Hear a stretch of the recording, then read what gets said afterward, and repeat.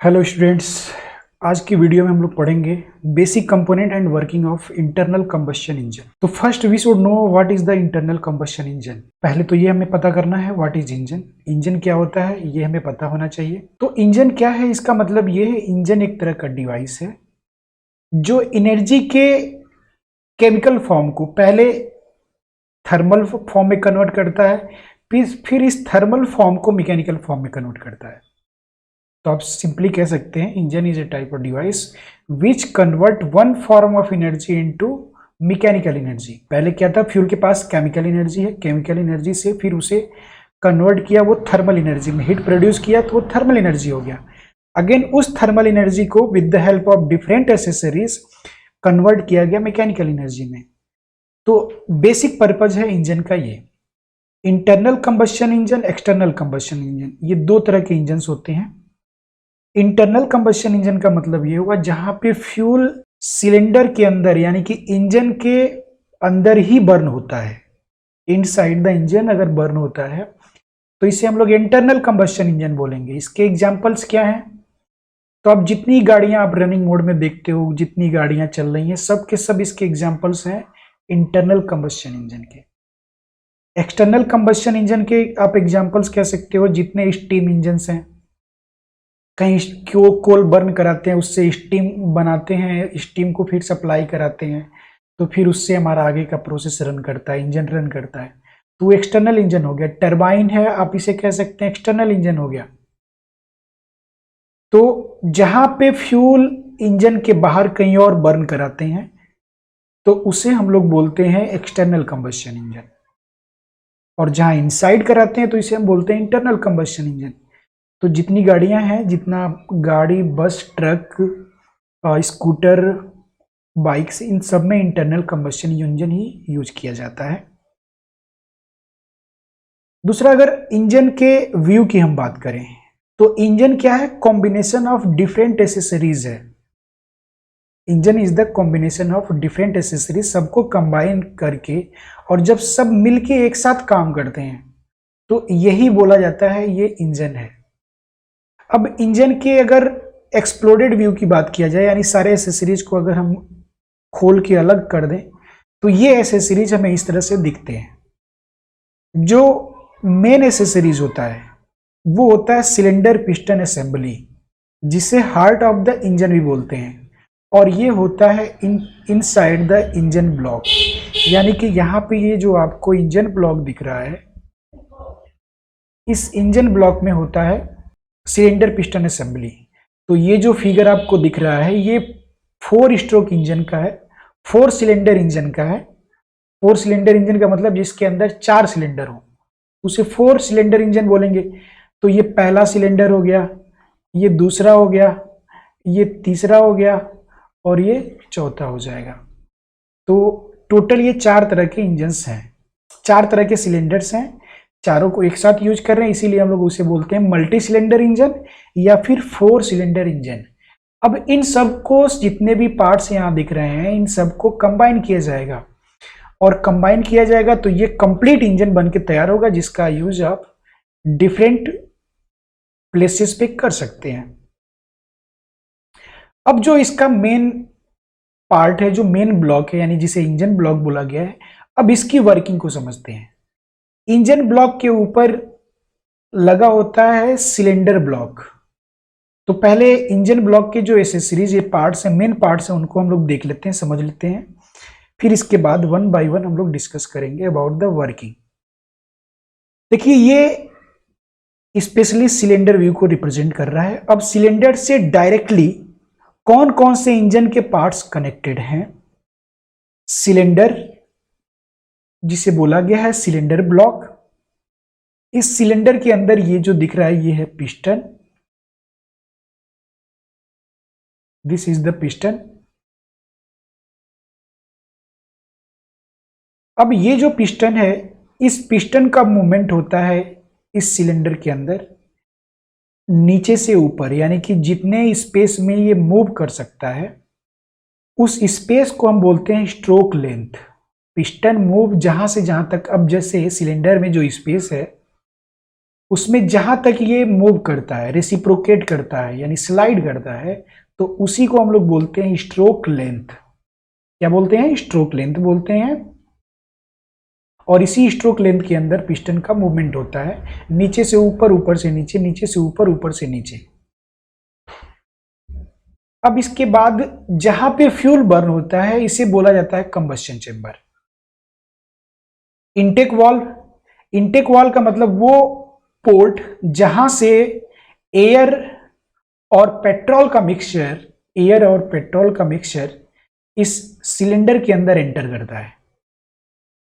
अब एयर और पेट्रोल ही मैंने क्यों बोला? क्योंकि यहां पे जब स्पार्क प्लग आपको दिख रहा है तो स्पार्क प्लग का मतलब ये पेट्रोल इंजन ही होगा, बिकॉज और किसी इंजन में स्पार्क प्लग का यूज नहीं होता है। डीजल इंजन में स्पार्क प्लग का यूज नहीं होता है। अब ये जो वाल्व है ये कैसे खुलता है, कैसे बंद होता है? तो इसकी कंट्रोलिंग होती है with the help of cam and camshaft. Cam और कैम शाफ्ट अरेंजमेंट के थ्रू इसकी क्लोजिंग और ओपनिंग होती है। सिमिलरली यही वर्किंग होता है एग्जॉस्ट वाल्व का। इसका खुलना जरूरी होता है ताकि इसके अंदर जो भी बर्न गैसेस हैं वो सिंपली इसके रास्ते बाहर निकल के आ जाएं। तो इसकी भी कंट्रोलिंग जो है कैम और कैम सॉफ्ट मिलके ही करते हैं। अब इसके बाद आते हैं हम लोग सिलेंडर हेड। सिलेंडर हेड का मतलब ये सिलेंडर के ऊपर जो माउंट किया जाता है उसे बोलते हैं सिलेंडर हेड। और अभी जो हम लोग इनटेक वाल्व, एग्जॉस्ट वाल्व और स्पार्क प्लग की बात कर रहे हैं तो ये सिलेंडर हेड पे ही माउंट होते हैं, सिलेंडर हेड पे ही माउंट होते हैं। तो इसका मतलब ये सिलेंडर हेड के एसेसरीज हैं। जो सिलेंडर है जब इसकी वर्किंग शुरू हो जाती है तो टेम्परेचर इसमें पहुंचता है बहुत ज़्यादा। तो ये टेम्परेचर लगभग जाता है 1500 डिग्री सेल्सियस, जो कि बहुत हाई टेम्परेचर होता है। तो अगर इस तरह का टेम्परेचर है तो इसे कूल करना जरूरी है। तो कूलिंग के पर्पज से जब बड़े इंजन्स होते हैं उसमें वाटर कूलिंग सिस्टम यूज करते हैं या different liquid cooling system use करते हैं। और अगर छोटे इंजन्स हैं, जैसे कि हम बात करें बाइक्स है, स्कूटर्स है, तो इनके इंजन्स जो होते हैं वो छोटे होते हैं, तो इनको एयर कूलिंग प्रोवाइड कराई जाती है। तो आपने देखा होगा कि जो बाइक्स के इंजन्स जो बाहर से हमें दिखते हैं, सिलेंडर जो बाहर से दिखता है तो उस पर फिन्स लगे होते हैं, चौड़ी चौड़ी पट्टियां लगी होती हैं।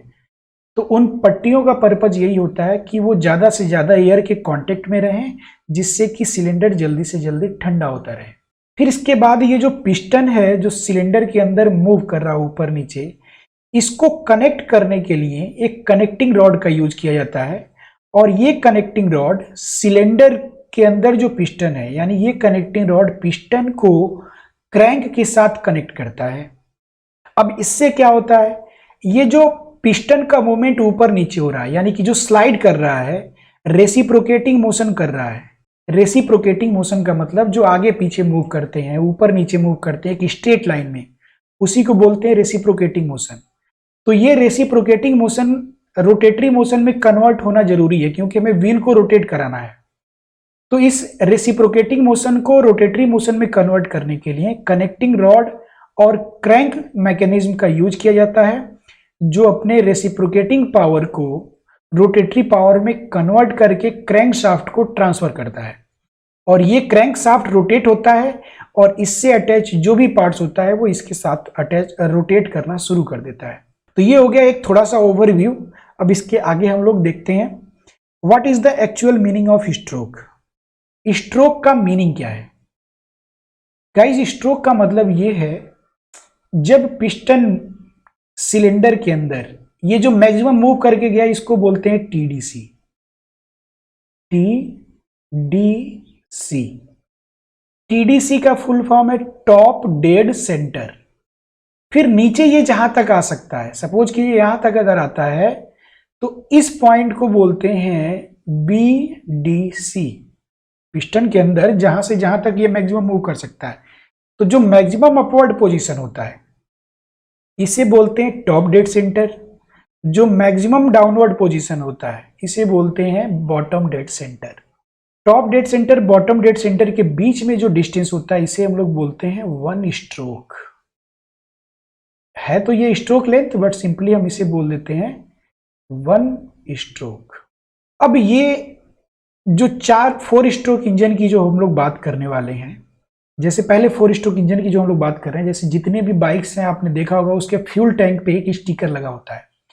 अगर अब तक आपने नहीं देखा है तो अब देखिएगा, उस पर लिखा होता है 4 स्ट्रोक इंजन।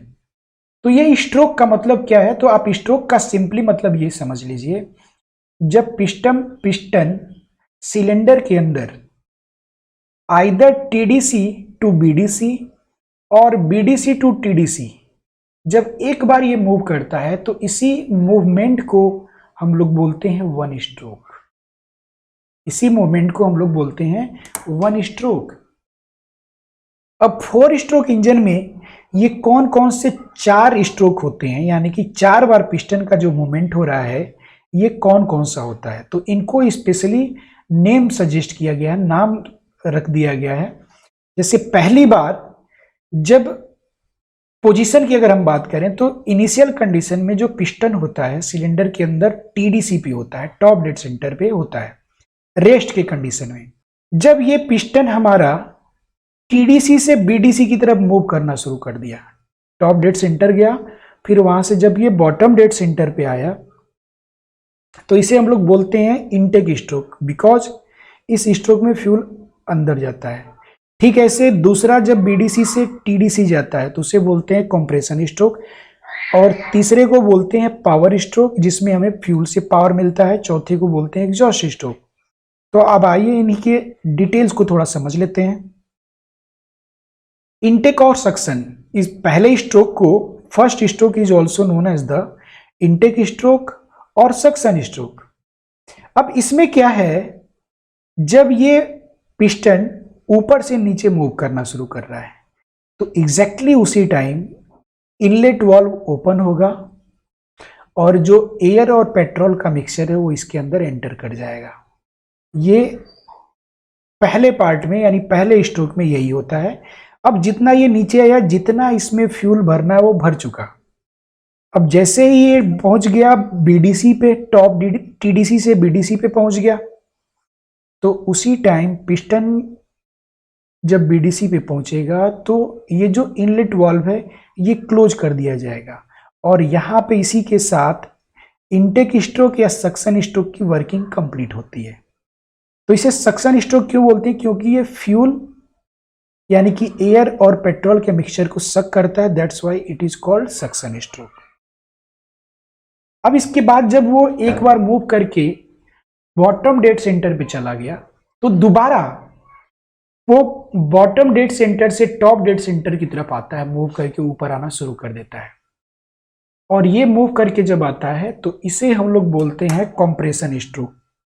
मतलब आपको अब ये फिगर देख के ही समझ में आ रहा है, जो फ्यूल इसके अंदर आ चुका है, जो फ्यूल इसके अंदर आ चुका है उसे कंप्रेस करना जरूरी है। तो ये उसे जब कंप्रेस करता है यानी कि जब नीचे से ऊपर मूव करता है तो वो फ्यूल चार्ज यानी एयर पेट्रोल का मिक्सचर इसके अंदर कंप्रेस होता है, और जब ये कंप्रेस होता है तो वॉल्यूम रिड्यूस करता है। वॉल्यूम जब रिड्यूस करता है किसी चीज का तो प्रेशर और टेम्परेचर एग्जैक्टली उसी टाइम पे राइज करता है। अब प्रेशर टेम्परेचर राइज करने के बाद इसका जो स्ट्रोक है कंप्रेशन स्ट्रोक, इसका काम यहीं पे खत्म होता है। भाई टीडीसी बीडीसी से टीडीसी जाना था, ये चला गया मूव करके, तो जहां तक ये मूव कर गया वहां पे इसका कंप्रेशन स्ट्रोक यानी सेकेंड स्ट्रोक का वर्क फिनिश होता है। फिर इसके बाद शुरू होता है काम स्पार्क का। जैसे ही सेकेंड स्ट्रोक खत्म होता है एग्जैक्टली उसी टाइम स्पार्क प्लग से स्पार्क जनरेट कराया जाता है। एग्जैक्टली उसी टाइम स्पार्क प्लग से स्पार्क जनरेट कराया जाता है। अब जैसे कोई फ्यूल है जब वो बर्न होता है तो वो एक्सपेंड करता है, a lot of gases produce होती हैं, हॉट गैसेस जिनके पास पावर होता है। अब ये हॉट गैसेस जब एक्सपेंड करती हैं तो इनके पावर की वजह से पिस्टन दोबारा टॉप डेड सेंटर से बॉटम डेड सेंटर की तरफ मूव करता है, टॉप डेड सेंटर से बॉटम डेड सेंटर की तरफ मूव करता है। और इस तरह से इसमें हमें पावर मिलता है और पावर स्ट्रोक की वर्किंग कंप्लीट होती है। अब इसमें हमें फ्यूल से पावर मिला, याद रखिएगा, इसमें हमें फ्यूल से पावर मिला, that's why it is called power stroke. Fourth stroke is exhaust stroke. अब जैसे मान लीजिए फ्यूल बर्न हुआ, तो फ्यूल के बर्न होने के बाद जो गैसेस प्रोड्यूस हुई, अगर इनको बाहर ना निकाला जाए तो फ्रेश चार्ज अंदर एंटर नहीं कर सकता, एक सही रेशियो में अंदर नहीं आ सकता। तो ये जो बर्न गैसेस हैं इनको बाहर निकालना जरूरी है। तो इनको बाहर निकालने के लिए एग्जैक्टली उसी टाइम पे आउटलेट वाल्व खोल दिया जाता है और पिस्टन बीडीसी से बॉटम डेड सेंटर से टॉप डेड सेंटर की तरफ मूव करना शुरू कर देता है। बॉटम डेड सेंटर से टॉप डेड सेंटर की तरफ मूव करना शुरू कर देता है। तो इस वे में ये चारों स्ट्रोक कंप्लीट होते हैं और जब ये चारों स्ट्रोक कंप्लीट होते हैं तो एक वर्किंग साइकिल कंप्लीट होता है इंजन के लिए। अब यही प्रोसेस बार बार रिपीट होती रहती है, यही प्रोसेस बार बार रिपीट होती रहती है। अब एक चीज मैं आपको और दिखाना चाहूंगा, देखिए जब पिस्टन एक बार मूव करके टीडीसी से बीडीसी पे जाता है तो ये जो क्रैंक है ये 90 डिग्री रोटेट करता है, सॉरी 180 डिग्री रोटेट करता है। एक बार ये मूव किया, ये ऊपर से नीचे गया तो ये 180 डिग्री रोटेट कर चुका होगा। फिर जब ये ऊपर से नीचे आया तो अगेन 182 डिग्री इसके आगे कंप्लीट कर लिया। तो इसका मीनिंग ये हुआ कि जब पिस्टन दो बार ऊपर नीचे आता जाता है तो उसमें क्रैंक का एक रिवॉल्यूशन कंप्लीट हो जाता है। अब इसका मतलब ये हुआ जब ये 4 बार पूरे 4 स्ट्रोक में 4 बार ऊपर नीचे आया गया, 2 बार ऊपर गया 2 बार नीचे आया, तो इसमें जो क्रैंक है इसका 4 रिवॉल्यूशन हुआ, क्रैंक का 4 रिवॉल्यूशन हुआ, यानी कि वो 4 बार ऊपर से नीचे रिवॉल्व किया। तो जो क्रैंक का 4 रिवॉल्यूशन है, सॉरी जो पिस्टन 4 बार रेसिप्रोकेट कर रहा है उसमें क्रैंक 2 बार कंप्लीटली रिवॉल्व कर रहा है, 2 चक्कर लगा रहा है। तो ये बात हम जब कंपेयर करेंगे 2 स्ट्रोक से तब ये हमारे काम आएगी। ओके स्टूडेंट्स, आइए अब हम लोग बात करते हैं about the 2 stroke engine. 2 stroke engine की वर्किंग बड़ी सिंपल होती है, सिर्फ 2 बार पिस्टन ऊपर नीचे मूव करता है और इसी के साथ ये प्रोसेस जो है ये पूरी तरीके से कंप्लीट हो जाता है। 2 बार ऊपर नीचे गया पिस्टन और इसी के साथ ये क्या हुआ, प्रोसेस पूरी तरीके से कंप्लीट हो गया। अब देखिए इसमें होता क्या है, इसको बोलते हैं इनटेक स्ट्रोक। इनटेक स्ट्रोक के केस में क्या हुआ, ये एक साइड से फ्यूल इसके अंदर एंटर कर रहा है, एक साइड से फ्यूल इसके अंदर एंटर कर रहा है और जो फ्यूल इसके साथ अंदर एंटर कर रहा है, जब ये पिस्टन हमारा ऊपर पहुंचता है तो एग्जैक्टली उसी टाइम ऑलरेडी जो इसके अंदर फ्यूल अवेलेबल था उसको कंप्रेस भी कर रहा होता है। जैसे पिस्टन के अंदर पहले से ही जो फ्यूल है उसको क्या कर रहा है, ये कंप्रेस भी कर रहा है और उसी टाइम फ्यूल जो है इसके अंदर आ भी रहा है क्रैंक केस के अंदर। अब इधर ये कंप्रेस भी कर रहा है और फ्यूल इसके अंदर आ भी रहा है, तो इसको सक्शन और कंप्रेशन दोनों एक साथ होना बोलते हैं। इसमें क्या हो रहा है, दोनों एक साथ हो रहा है, सक्शन भी हुआ और कंप्रेशन भी हुआ। यानी कि पिस्टन एक बार ही जब बीडीसी से टीडीसी की तरफ मूव करते हुए गया तो इतने में ही सक्शन और कंप्रेशन दोनों हो गया। क्लियर। अब जब कंप्रेशन हो गया तो उसी टाइम एग्जैक्टली ऊपर जो है यहां से स्पार्क प्लग से स्पार्क जनरेट होगा और जब स्पार्क जनरेट होगा तो यहां से जो फ्यूल बर्न होना शुरू हुआ, अब ये फ्यूल क्या है, पावर प्रोड्यूस करेंगे। अब इस पावर की वजह से पिस्टन नीचे मूव करना शुरू कर देगा। तो जब पिस्टन मूव करना नीचे शुरू कर देगा तो एग्जैक्टली क्या है, साइड से ये फ्यूल ऊपर जाना शुरू कर देंगे। अब ये ऊपर तब तक नहीं पहुंच सकते जब तक पिस्टन का अपर पार्ट इसके नीचे ना आ जाए। इससे जब तक वो नीचे नहीं आ जाएगा तब तक वो ऊपर मूव नहीं कर सकते। और एग्जैक्टली इसी टाइम पे जो फ्यूल बर्न हुआ, पिस्टन नीचे भी मूव कर गया, और ये जो बर्न गैसेस है एग्जैक्टली उसी टाइम पे जब पिस्टन यहां से नीचे आ जाएगा तो ये एक साइड से जो बर्न गैसेस है वो बाहर होना शुरू हो जाएंगी। जैसा कि आपको इस फिगर में दिख रहा है, पिस्टन कहाँ आ गया, जितना बॉटम आना था आ गया, इधर से चार्ज एंटर करना शुरू कर दिया और इधर से एग्जॉस्ट गैसेस बाहर निकलना शुरू कर दी। क्लियर? तो यहां पे पावर स्ट्रोक और एग्जॉस्ट स्ट्रोक दोनों आप कह सकते हैं एक साथ होता है। अब इस तरह का अरेंजमेंट होता है, बड़ा सिंपल सा अरेंजमेंट है। इस तरह का अरेंजमेंट जो है सिंपल तो है, बट इसके ड्रॉबैक्स क्या है? देखिए फ्यूल यहां से जा रहा है, उसी टाइम ये हमारा एग्जॉस्ट वाल्व ओपन है, तो कुछ फ्यूल का पार्ट्स इसके साथ भी निकल सकता है। तो इसके कई सारे ड्रॉबैक्स हैं जिसे हम लोग आगे अभी कंपैरिजन जब करेंगे 4 स्ट्रोक से तो समझ लेंगे। ओके, ये देखिए एक एनिमेटेड पिक्चर्स है, पिक्चर यहाँ पे लगा हुआ है जिसमें ये रिप्रेजेंट कर रहा है क्रैंक शाफ्ट को, क्रैंक शाफ्ट को रिप्रेजेंट कर रहा है, और इसके ऊपर ये क्रैंक है,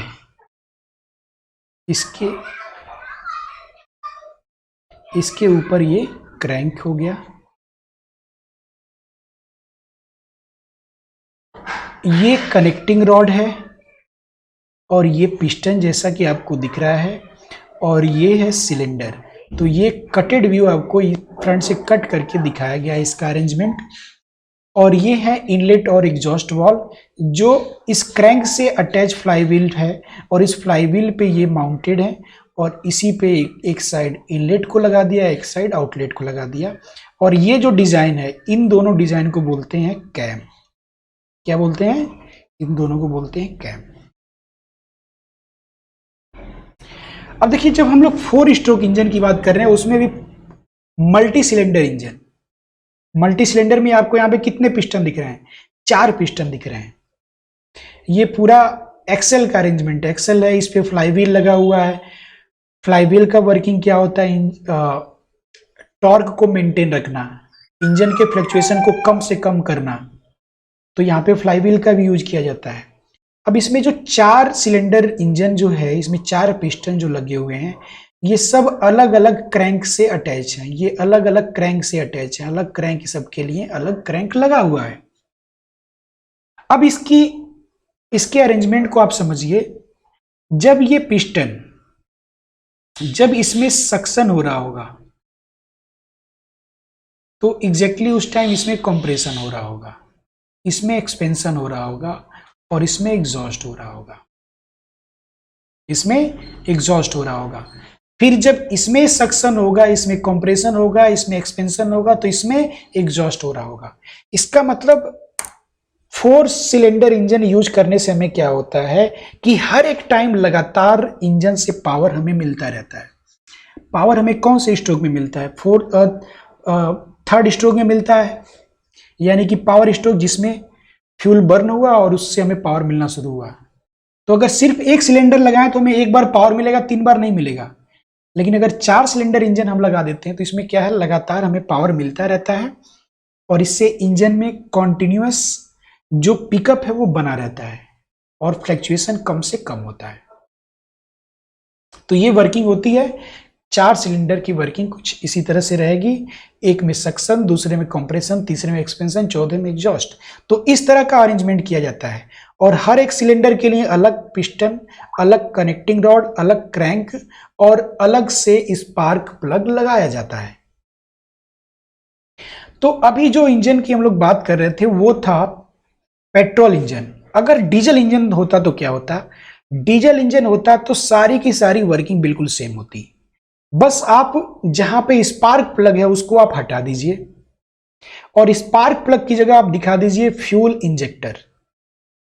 अब एक तरफ से फ्यूल आता है और एक तरफ से एयर आता है, तो ये दोनों अलग अलग से आते हैं। तो फ्यूल इंजेक्टर लगा दीजिए आप स्पार्क प्लग की जगह, बाकी की जो वर्किंग है सक्शन, कंप्रेशन, एक्सपेंशन और एग्जॉस्ट वो बिल्कुल सेम टू सेम चलती रहेगी, उसमें कोई कंफ्यूजन नहीं, कोई डाउट नहीं। अब इसमें पेट्रोल इंजन डीजल इंजन के कंपैरिजन की बात करें तो देखिए पेट्रोल इंजन है तो इसमें फ्यूल हम यूज कर रहे हैं पेट्रोल, डीजल है तो डीजल यूज कर रहे हैं। ओके, इसमें पेट्रोल इंजन में स्पार्क प्लग यूज किया जाता है, जबकि डीजल इंजन में किसी स्पार्क प्लग की जरूरत नहीं है, उसमें सेल्फ इग्निशन होता है। फ्यूल इतना ज्यादा कंप्रेस हो जाता है जिससे इग्निशन सेल्फ शुरू हो जाता है। और एक पॉइंट है इसमें कंप्रेशन रेशियो, जो कंप्रेशन रेशियो होता है ये पेट्रोल इंजन में कम होता है और डीजल इंजन में ज्यादा होता है। तो ये कंप्रेशन रेशियो होता क्या है? कंप्रेशन रेशियो आप समझ लीजिए, compression ratio is defined as the total volume, total volume का मतलब swept volume plus clearance volume upon clearance volume. इस रेशियो को हम लोग बोलते हैं कंप्रेशन रेशियो। तो फ्यूल जो है वो पेट्रोल में कम कंप्रेस होता है, डीजल में ज्यादा कंप्रेस होता है, तो इसलिए उसका कंप्रेशन रेशियो ज्यादा होता है। अब यहां पे आप समझेंगे वीएस और वीसी क्या चीज है। वीएस का मतलब ये है स्वेप्ट वॉल्यूम और वीसी का मतलब है क्लियरेंस वॉल्यूम। तो यही चीज है कि पेट्रोल में पेट्रोल डीजल की कंपैरिजन कम कंप्रेस होता है, इसीलिए इसका जो रेशियो रखा गया है 7:1 से 10:1 होता है। 1 क्या है?